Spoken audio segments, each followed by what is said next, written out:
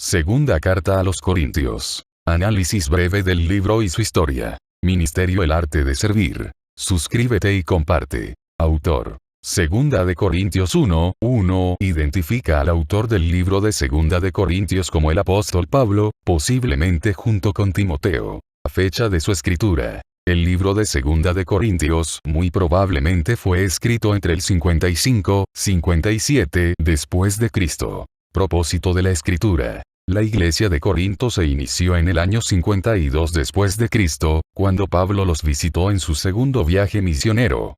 Fue entonces cuando él permaneció ahí por 1 año y medio, la primera vez que se le permitió quedarse en un lugar tanto como él lo deseara. Un registro de esta visita y el establecimiento de la iglesia se encuentra en Hechos 18:1-18. En su segunda carta a los Corintios, Pablo expresa su alivio y gozo de que los corintios hubieran recibido su severa carta, ahora perdida, de manera positiva. Esa carta se refería a asuntos que estaban dividiendo a la iglesia. Primeramente la llegada de los autonombrados, falsos, apóstoles, segunda de Corintios 11:13, quienes estaban insultando el carácter de Pablo, sembrando discordia entre los creyentes, y enseñando falsa doctrina. Ellos parecían estar cuestionando su veracidad, segunda de Corintios 1:15-17, su habilidad para hablar, segunda de Corintios 10:11-6, y su indisposición para aceptar la ayuda económica de la iglesia en Corinto, segunda de Corintios 11:7-9-12-13. También había algunas personas que no se habían arrepentido de su comportamiento licencioso, segunda de Corintios 12:20-21. Pablo estaba muy contento de saber por Tito, que la mayoría de los corintios se habían arrepentido de su rebelión contra Pablo, segunda de Corintios 2:12-13, 7:5-9. El apóstol los anima por esto, expresándoles su genuino amor por ellos, segunda de Corintios 7:3-16. Pablo también buscó reivindicar su apostolado, porque algunos en la iglesia probablemente habían cuestionado su autoridad, segunda de Corintios 13:3.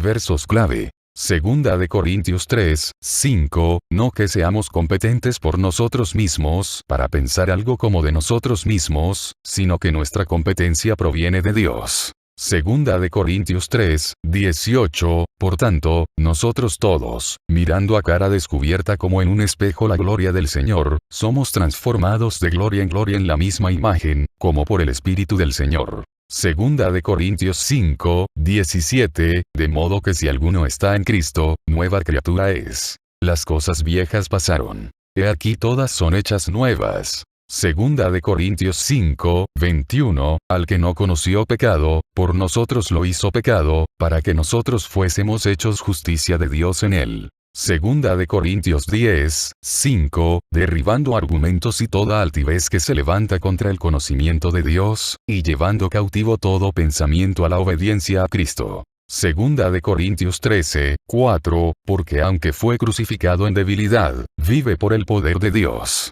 Pues también nosotros somos débiles en él, pero viviremos con él por el poder de Dios para con vosotros. Breve resumen. Después de saludar a los creyentes en la iglesia de Corinto y explicarles por qué no los había visitado como originalmente lo había planeado, 302 minutos, 2 segundos, Pablo explica la naturaleza de su ministerio. El triunfo a través de Cristo y la sinceridad a los ojos de Dios, eran los distintivos de su ministerio a las iglesias, 2:14-17. Él compara el glorioso ministerio de la justificación de Cristo con el ministerio de condenación, el cual es la ley. 3:9, y declara su fe en la validez de su ministerio a pesar de la intensa persecución, 4:8-18. El capítulo 5 bosqueja las bases de la fe cristiana, la nueva naturaleza, verso 17, y el intercambio de nuestro pecado por la justificación de Cristo, verso 21. En los capítulos 6 y 7 encontramos a Pablo defendiéndose a sí mismo y a su ministerio, asegurándoles nuevamente a los corintios su sincero amor por ellos y exhortándoles a arrepentirse y a vivir santamente.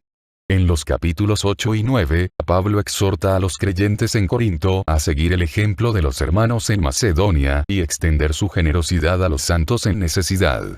Él les enseña los principios y recompensas del ofrendar con un corazón alegre. Pablo termina su carta reiterando su autoridad entre ellos, capítulo 10, y su preocupación por su fidelidad a él ante la feroz oposición de los falsos apóstoles. Él se llama necio a sí mismo por haber tenido que gloriarse de mala gana de sus credenciales y su sufrimiento por Cristo, capítulo 11. Termina su epístola describiendo la visión celestial que se le permitió experimentar, y el aguijón en la carne que le fue dado por Dios para asegurar su humildad, capítulo 12. El último capítulo contiene su exhortación a los corintios a examinarse ellos mismos para ver si su profesión es real, y termina con una bendición de amor y paz. Conexiones. A través de sus epístolas, Pablo se refiere con frecuencia a la ley mosaico, comparándola con la supereminente grandeza del Evangelio de Jesucristo y la salvación por la gracia. En 2 de Corintios 3, 4, 11, Pablo contrasta la ley del Antiguo Testamento con el nuevo pacto de gracia, refiriéndose a la ley como la que mata, mientras que el Espíritu da vida.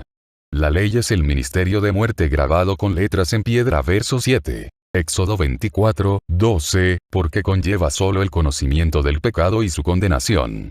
La gloria de la ley es que refleja la gloria de Dios, pero el ministerio del Espíritu es mucho más glorioso que el ministerio de la ley, porque refleja su misericordia, gracia, y amor, al proporcionar a Cristo como el cumplimiento de la ley. Aplicación práctica. Esta carta es la más biográfica y menos doctrinal de las epístolas de Pablo.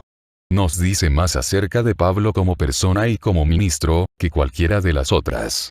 Dicho esto, hay unas pocas cosas que podemos tomar de esta carta y aplicarlas a nuestras vidas en la actualidad. La primera cosa es la mayordomía, no solo de dinero, sino también del tiempo. Los macedonios no solo dieron generosamente, sino que asimismo se dieron primeramente al Señor, y luego a nosotros por la voluntad de Dios, 2 de Corintios 8, 5. De la misma manera, nosotros debemos dedicar no solo todo lo que tenemos al Señor, sino todo lo que somos.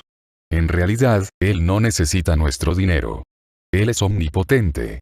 Él quiere el corazón, uno que anhele servir y complacer y amar. La mayordomía y el ofrendar a Dios es más que solo dinero. Sí, Dios quiere que ofrendemos parte de nuestros ingresos, y Él promete bendecirnos cuando le damos a Él. Pero es más que eso. Dios quiere el 100%. Él quiere que nos demos por completo a Él, todo lo que somos. Debemos pasar nuestra vida viviendo para servir a nuestro Padre. Debemos no solo darle a Dios algo de nuestro salario, sino que nuestras mismas vidas deben ser un reflejo de Él. Debemos darnos a nosotros mismos primeramente al Señor, y luego a la Iglesia y a la obra del ministerio de Jesucristo.